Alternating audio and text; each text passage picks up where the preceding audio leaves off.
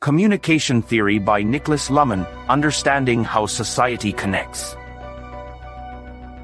Niklas Lukhman's communication theory offers a fascinating and unique way to look at communication and society.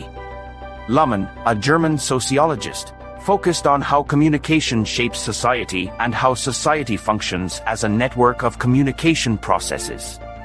His approach was different from the traditional idea of communication as simply an exchange of information between people. Instead, Lukhman proposed that communication itself is the basis of society, and it is much more complex than just sender, message, receiver. At the core of Lukhman's theory is the idea that society is not made up of individuals interacting directly with each other, but is instead made up of communication events.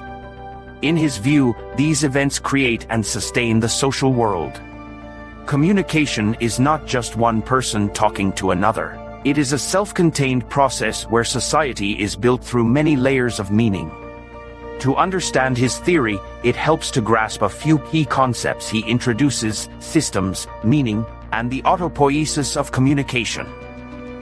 One of the first ideas Lukhman introduces is the concept of systems. In this theory, systems are parts of society that work with their own logic, like the economy, politics, and even our personal relationships. Lukhman views each of these as separate systems, and they do not directly interact with each other but instead work through the continuous process of communication. So, for example, if someone from the business world talks to a politician, they are still speaking from within their system. The language of business for one, the language of politics for the other. The communication between them requires translating these two types of meaning so that both sides can understand each other. This unique perspective helps explain why misunderstandings can happen between different parts of society. Each system has its way of creating and understanding information. Lukhman explains that for communication to work, each person or system must create meaning. Meaning is not something that exists naturally, but is something created through how we interpret things.